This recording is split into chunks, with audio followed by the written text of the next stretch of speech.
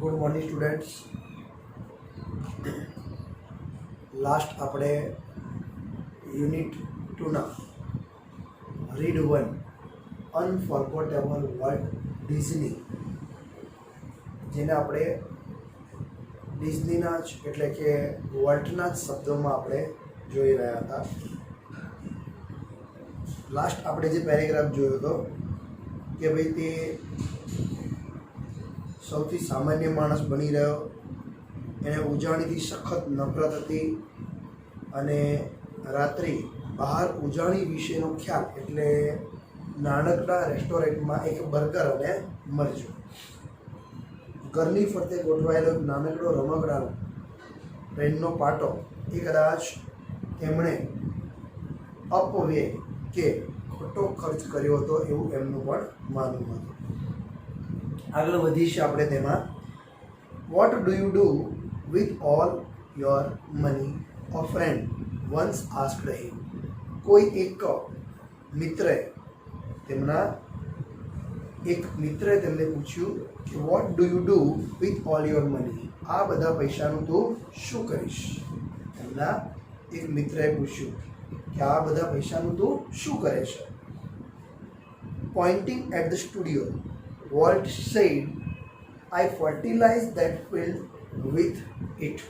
ખાસ ધ્યાન આપજો. શું કર્યું તેમણે? સ્ટુડિયો તરફ ઈશારો કરતા કહ્યું. રેડી? Point out. સૌથી પહેલી વસ્તુ તો આપણે જોઈ રહ્યા છે સ્ટાન્ડર્ડ આપણું 12. Ready? Unit 2 and also read 1.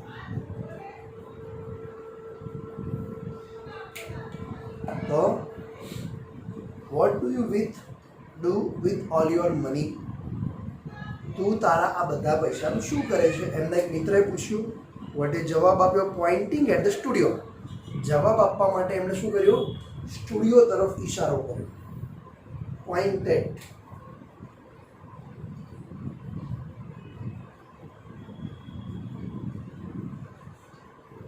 Pointed ની તરફ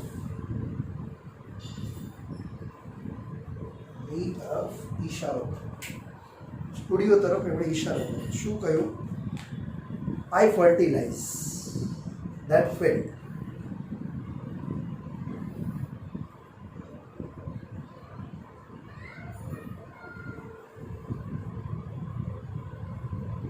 વિથ ઇટ.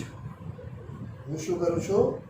તો આ ખેતરમાં ખાતર નાખતો રહું છું. આવું તેમણે કહ્યું. ફિલ્ડ એટલે ખેતર, અને અહીંયા ફર્ટિલાઇઝનો મતલબ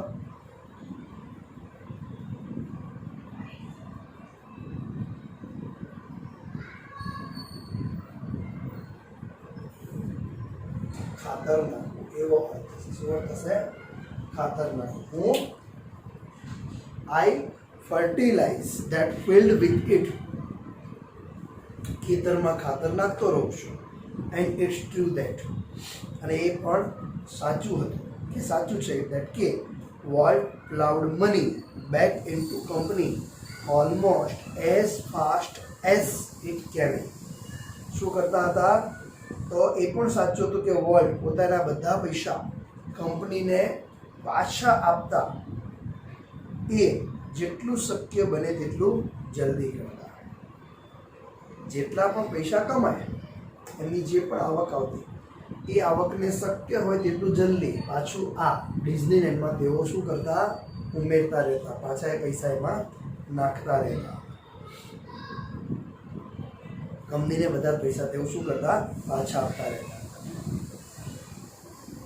Being a solvent for the first time since he started in business gave Walt a chance to develop other ideas. પ્રથમવાર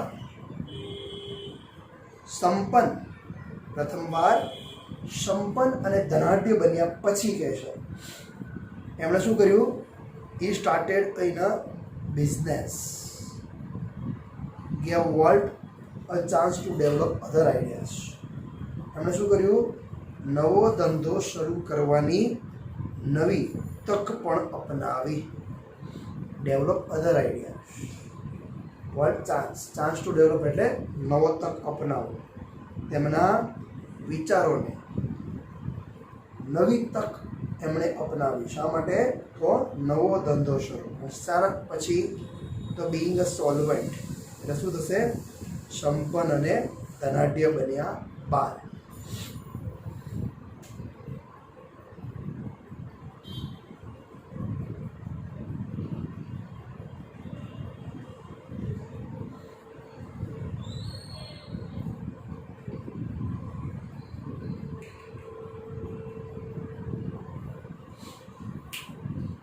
સંપન્ન અને ધનાઢ્ય બન્યા બાદ, પ્રથમવાર બન્યા બાદ તેમણે શું કર્યું?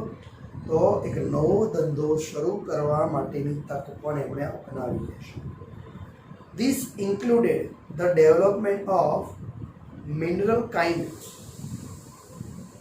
મિનરલ કાઇન્ડ ખાસ ધ્યાન રાખજો, કાચી ધાતુના વિકાસનો પણ આમાં સમાવેશ થાય છે.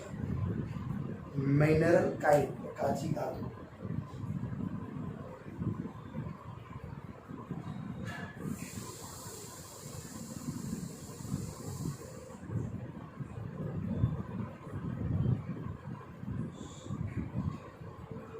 કેવી ધાતુ?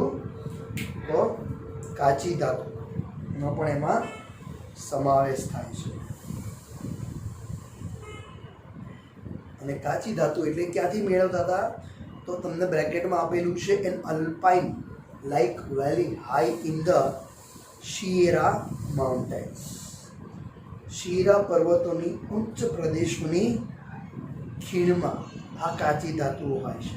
ત્યાંથી તેઓ શું કરતા હતા? મેળવતા હતા. અને આ માટે તેમણે શું કર્યું? તો a California Institute of Art for which he donated the land and several million dollars. શું કર્યું? ખાસ ધ્યાન આપજો. આ માટે તેમણે શું કર્યું? કેલિફોર્નિયાની આર્ટ્સ ઇન્સ્ટિટ્યૂટ માટે જમીન ફાળવી તથા બીજું શું કર્યું તેમણે? તો સેવરલ મિલિયન ડોલર્સ એટલે કે અમુક લાખ ડોલર્સ પણ એમને ડોનેટ દાન કર્યા. રેડી?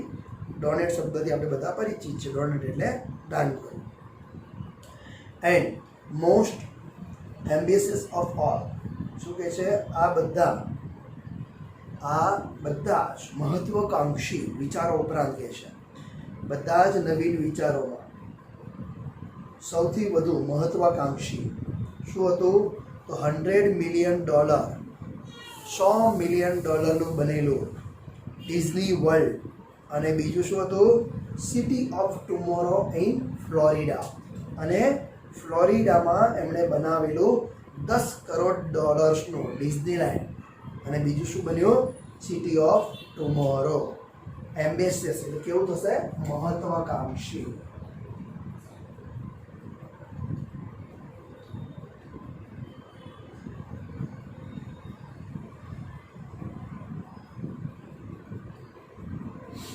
આગળ જોઈએ તો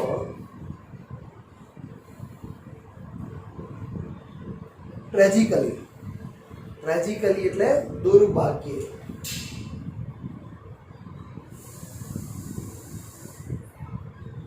ટ્રેજિકલી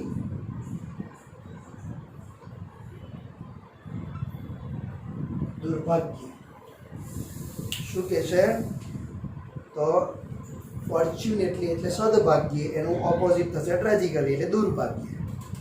સારું નસીબ હોય તો આપણે શું કહીએ છીએ? ફોર્ચ્યુનેટલી. અને ખરાબ નસીબ હોય તો આપણે કહીએ છીએ tragically. Tragically in the midst of all this activity. આ દરેક પ્રવૃત્તિઓની વચ્ચે કહેશે. ઇન ધ મિડ્સ એટલે વચ્ચે. આ દરેક પ્રવૃત્તિઓની વચ્ચે Walt was stricken with this fatal illness. વોલ્ટને જીવલેણ બીમારીમાં તે સપડાયો. કેવી? જીવલેણ બીમારી. ફેટલ ઇલનેસ એટલે જીવલેણ બીમારી.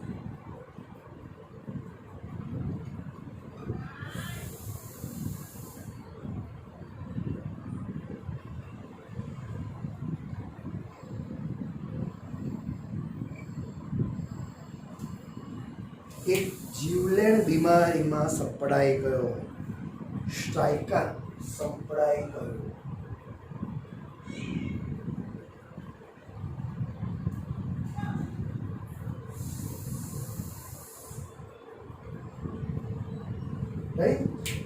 આગળ જોઈએ તો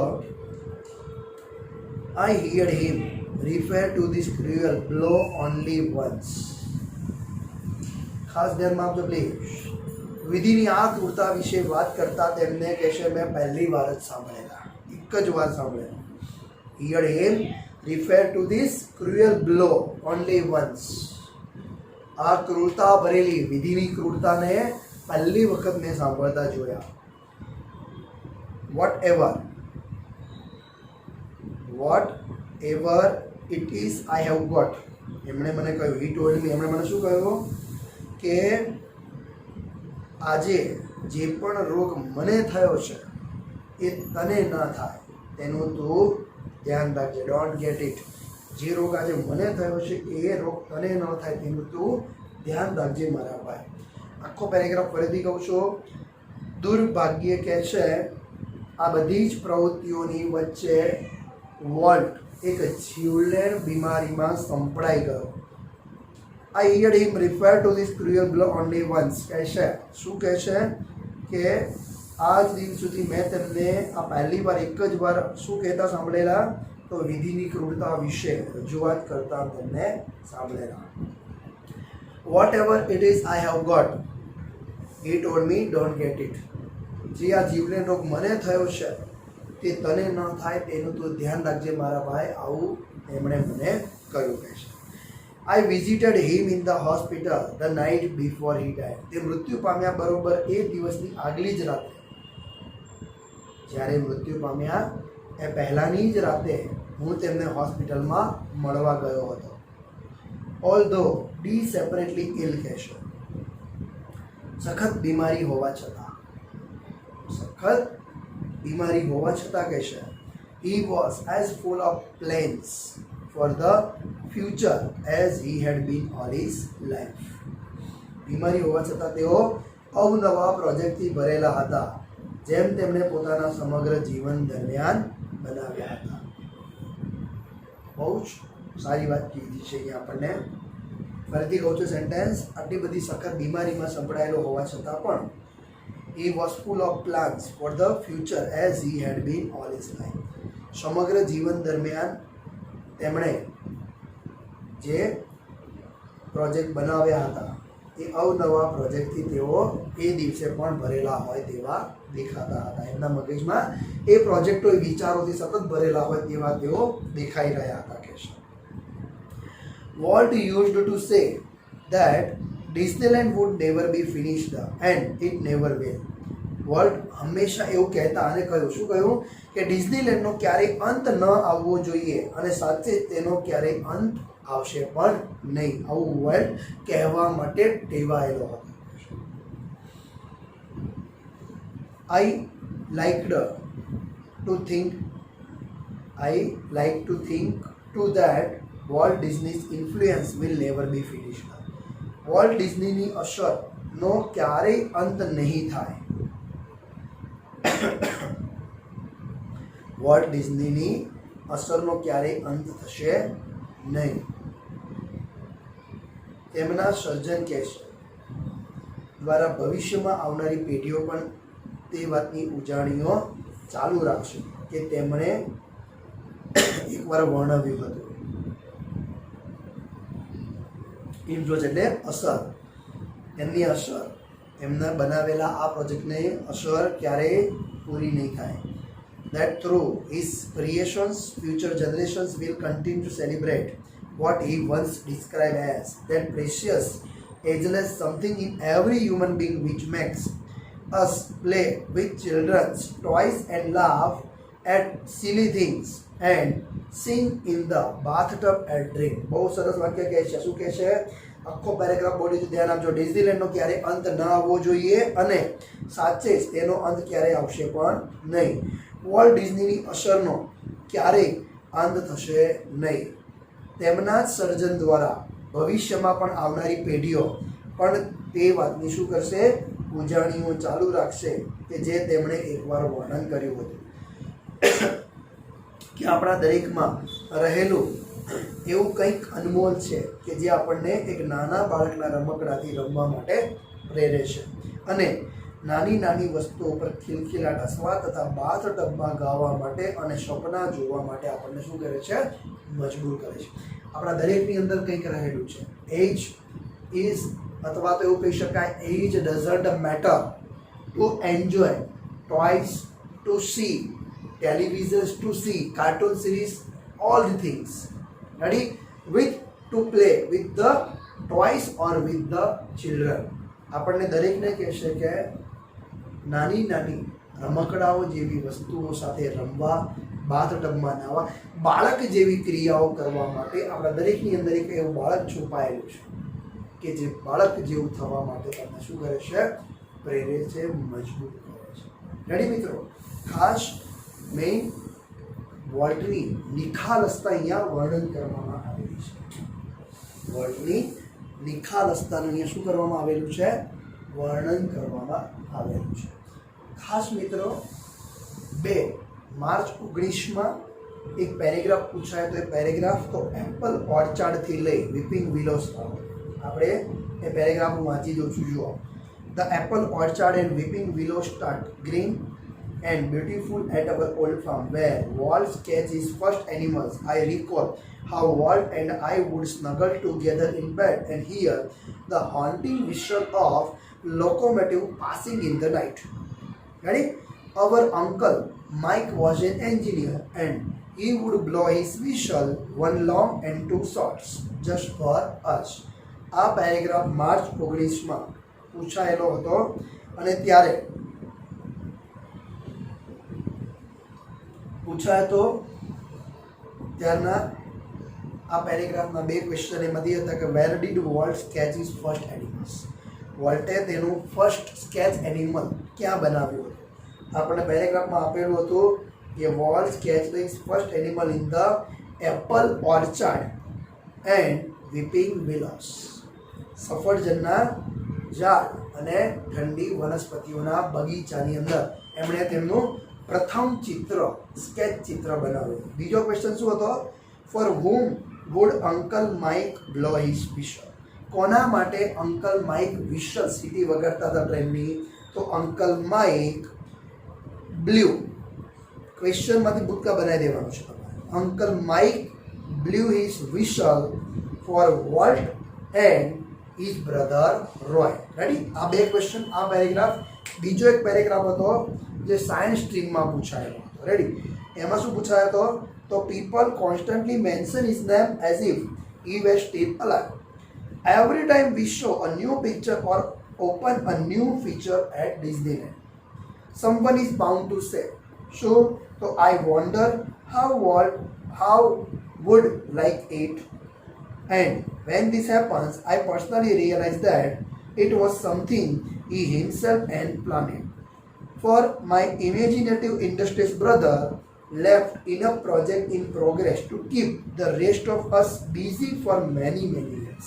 Okay. આ પેરેગ્રાફના 2 ક્વેશ્ચન. પહેલો ક્વેશ્ચન છે how do people talk about vote? કે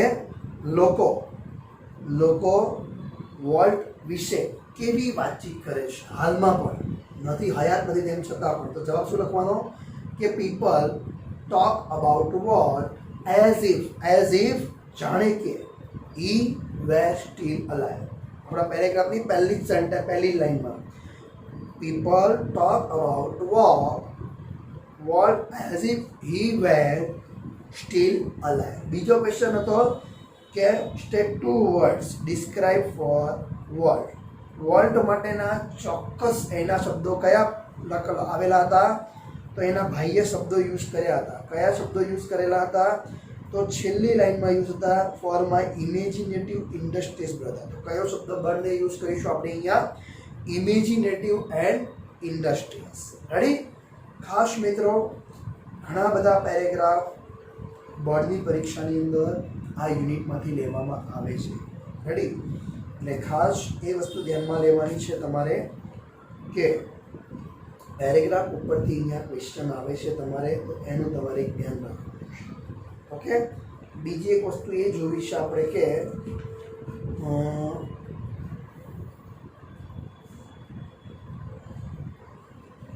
શોર્ટ નોટ આમાંથી કઈ કઈ તમારે પૂછાઈ શકે છે. તો શોર્ટ નોટની ચર્ચા કરીએ તો